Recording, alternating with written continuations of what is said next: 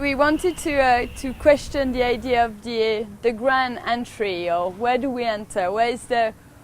Who is the grand entry for, and what's the backstories of everything? So people have to go through the little path here. We'll show you the way, and it's also a little bit about trespassing. You have to climb and find your way, and then you get in the belly of an octopus.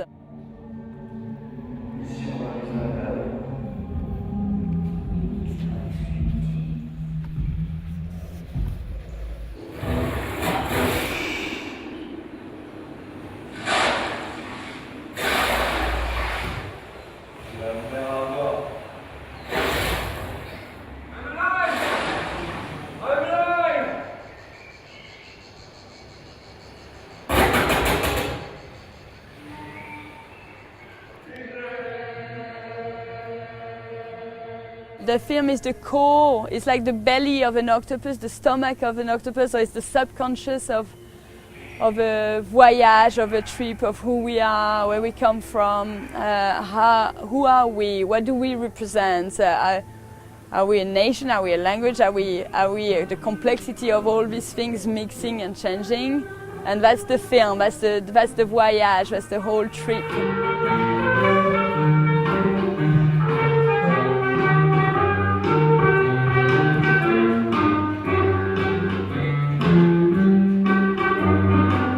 How do you respond to the idea of representation, you know? And so that's really the beginning, was this, and then we decided to go on a trip and then meet people, you know.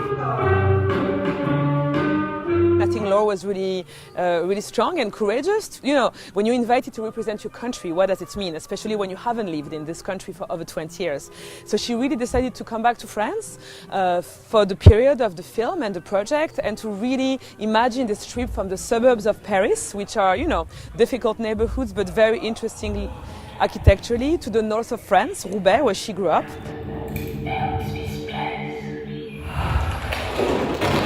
And then we traveled all the way to the Palais du Facteur Cheval.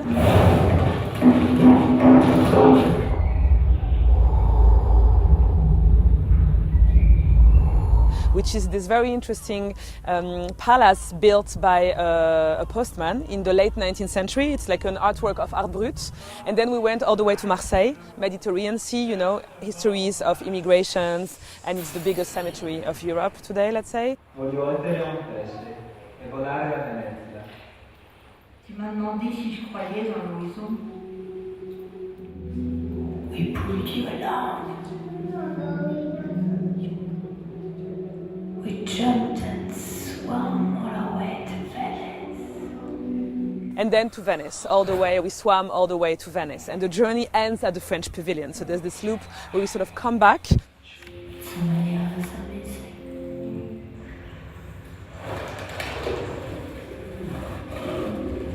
And Nicolas is part of the journey. He's been with me. We met him in Paris, and we decided to go on this big trip with him from day one.